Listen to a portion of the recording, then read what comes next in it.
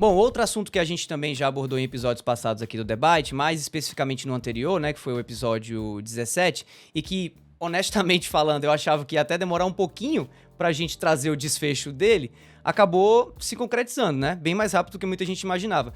Eu tô falando da questão do emulador Yuzu, né, de Nintendo Switch. A empresa que cuida do emulador, do Yuzu, chamada Tropical Haze, ela anunciou essa semana que acabou concluindo o processo que estava rolando entre ela e a Nintendo, e anunciou também que vai acabar fechando o emulador Yuzu e também o Citra, né, que era um emulador de 3DS.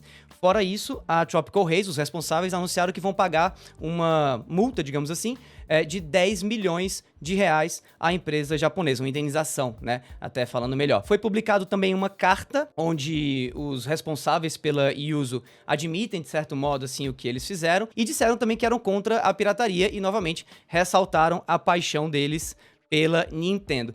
O mais curioso pra mim disso também, e aí eu acho que e aí eu tô bem interessado pra saber o que é que o Edu acha disso, e o Vandepp também, é que no mesmo dia praticamente que foi anunciado o fim do Yuzu e do Citra, novos 2 emuladores surgiram na internet como futuros sucessores, né, do Yuzu. Zuyu. E aí eu queria Não, saber, mas qual cara... que é o nome? Não, é sério, Suyu. Suyu, eu falei Zuyu, só invertendo a sílaba. É Suyu, e ao invés do Citra, é o Lime, né? Então, eles são projetos que já surgiram. Eu queria saber a primeira reação do Edu aí sobre tudo isso, depois o Vandepp também. Então, a equipe por trás do Yuzu contratou uma advogada, para analisar o caso. Então, se essa advogada analisou e chegou à conclusão de que era melhor eles fazerem um acordo extrajudicial, não sei qual que é o termo legal, tá? Eu não sou advogado, mas enfim, fazer um acordo, pagar essa indenização pra Nintendo, é porque cagada eles fizeram. E, pelo que eu li, o Discord oficial do Yuzu facilitava muito a obtenção de ROMs. Então eu acho que é ali que ficou o principal problema do Yuzu. Porque, novamente, emulação é legal. O que eu tô falando aqui não é opinião, é fato. Isso tem jurisprudência, eu acho que é o termo correto em termos legais. A gente tem a jurisprudência por causa de alguns casos. Eu sempre cito o caso da empresa responsável pelo Game Genie, que ela teve um processo envolvendo a Nintendo e ganhou. E o Blinkcast, que era o emulador para Dreamcast de jogos de PlayStation 1. A Sony processou os responsáveis do Blinkcast, quebrou a empresa do Blinkcast, né, fazendo esse bullying judicial, mas a emulação é legal porque a Sony perdeu o caso. Então a gente tem jurisprudência, pelo menos nos Estados Unidos, e aí, em termos globais, claro que vai variar de país a país. A emulação ela só é legal desde que o emulador seja desenvolvido por conta própria, sem acesso a documentos, ou roubando informações, ou replicando código. Tudo tem que ser desenvolvido de maneira independente.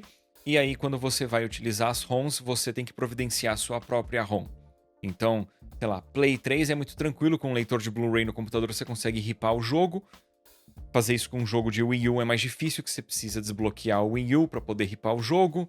Com cartucho é mais difícil ainda, que você precisa de uma interface para poder ripar o jogo. Enfim, varia, mas de forma legal a emulação é permitida sim. Então eu acho que o problema com a Yuzu, a impressão que eu tenho é que eles realmente facilitaram a pirataria. Existem outros emuladores de Switch e por enquanto eles não viraram alvo da Nintendo. Porque aí eu vejo algumas pessoas argumentando: mas por que vai emular uma plataforma moderna?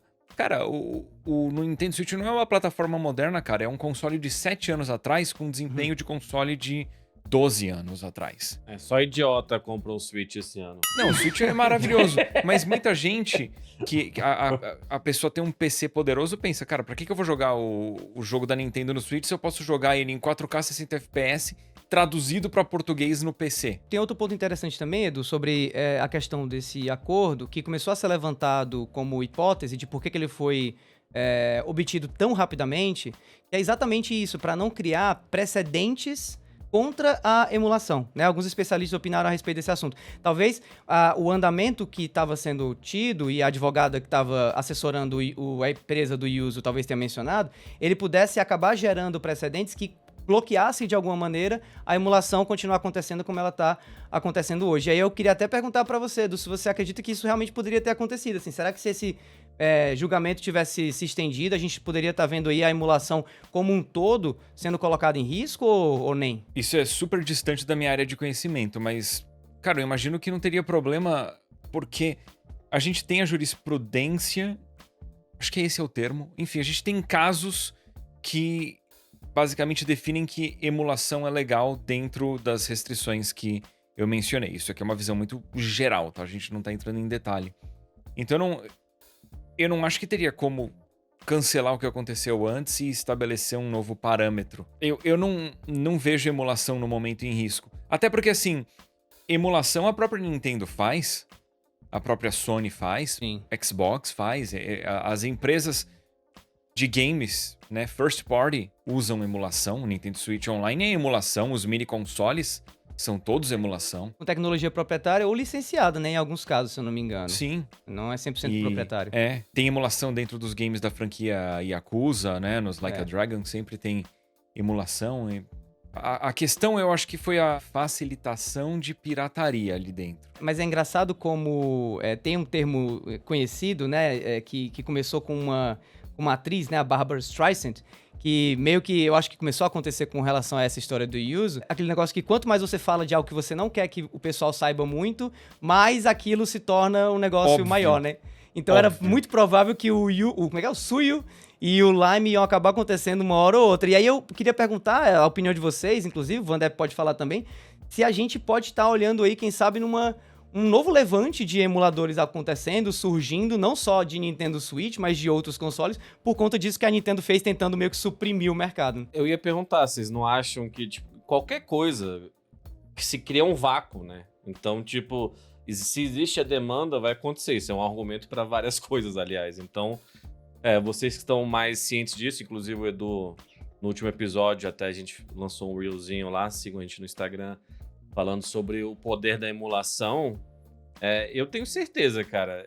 Eu achei interessante justamente que o acordo previne precedentes legais para ficarem indo atrás de emuladores, né?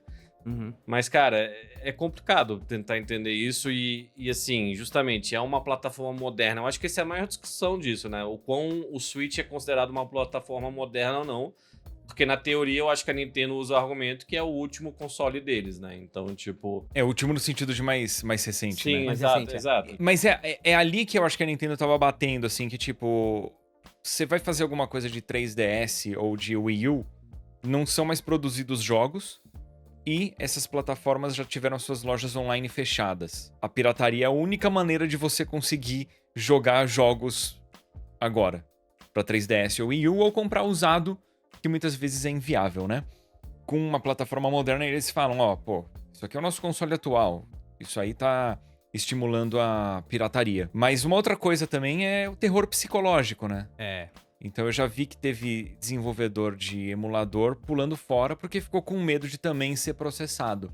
Foi. E aí volta aquela história. Se uma corporação bilionária te processa, por mais que você tenha razão, você deixa de ter razão porque você não tem dinheiro para poder seguir com o processo que custa centenas de milhares de dólares, às vezes milhões de dólares. Como é que você vai se defender de uma Nintendo?